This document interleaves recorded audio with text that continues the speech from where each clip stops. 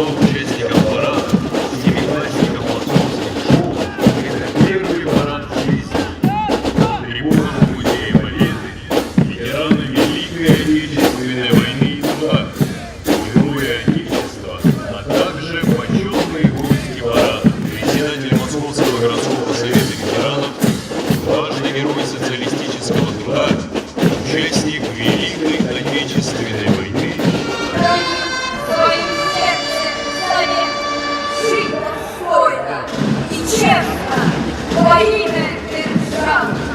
Уважаемый Сергей Семенович, дорогие участники торжественного парада, с особым чувством я всегда обращаюсь к вам в день святаго великомученика и победоносца Георгия, собравшимся здесь на Поклонной горе, для того, чтобы выразить свои патриотические чувства, засвидетельствовать самим себе и всем нам вашу готовность не просто любить Родину, вашу готовность Родину защищать, вашу готовность следовать по тем путям, по которым прошли ваши отцы, деды, прадеды, которые, совершив великий подвиг в жизни, остановили агрессора, защитили нашу страну, победили страшного врага.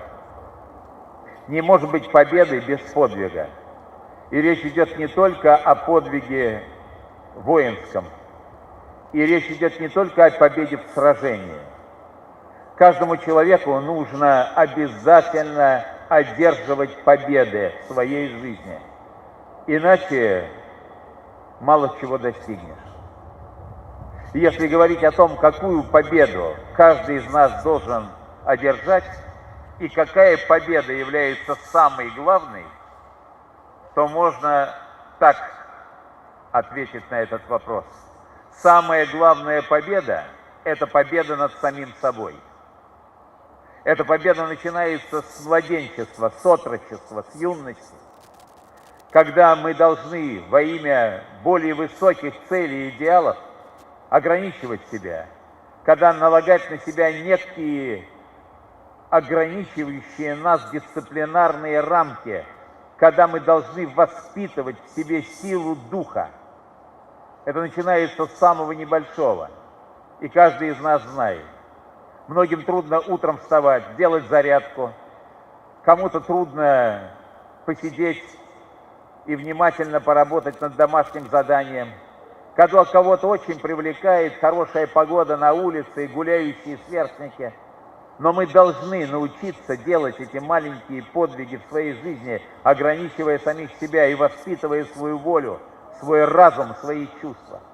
Вот с этого подвига в юношестве, в детстве и формируется способность человека совершать подвиги в жизни. Самые великие подвиги, от которых зависит счастье и благополучие не только самого человека, но, может быть, множество людей, всей страны, всего нашего народа. Ведь именно так совершали подвиги герои Великой Отечественной войны, имена которых мы особенно будем вспоминать в День Победы. Итак, мои дорогие кадеты, я от всего сердца желаю вам успехов в одержании самой главной победы, победы над самим собой.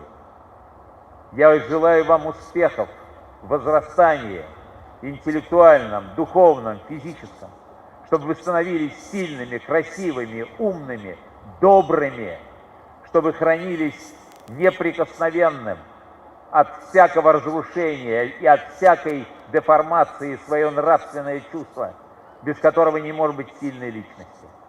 И вот тогда ваши мечты о подвиге осуществлятся, вне зависимости от того, где и как вы будете трудиться, будь то служба в вооруженных силах или в любых других областях жизни. Человек, способный на подвиг, способен сделать самого себя счастливым, способен сделать счастливым свою страну. С праздником вас, дорогие кадеты! Нравственного воспитания обучающихся и активное участие в межрегиональном фестивале-конкурсе «Алтай» аккредитации Департамента образования города Москвы. Школа номер 1000.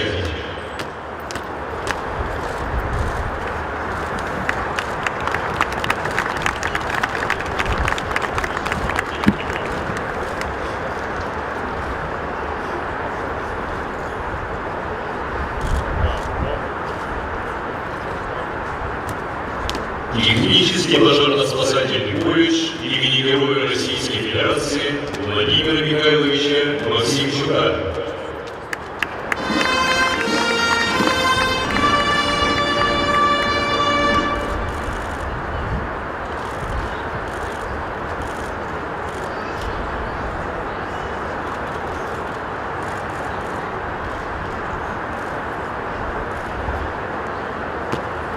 Школа номер 1785.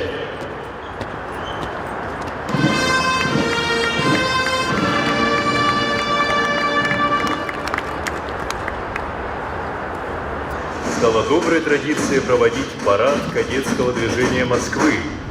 Цветом для каждого россиянина месте по брусчатке Поклонной горы марширует свыше 2500 кадетов.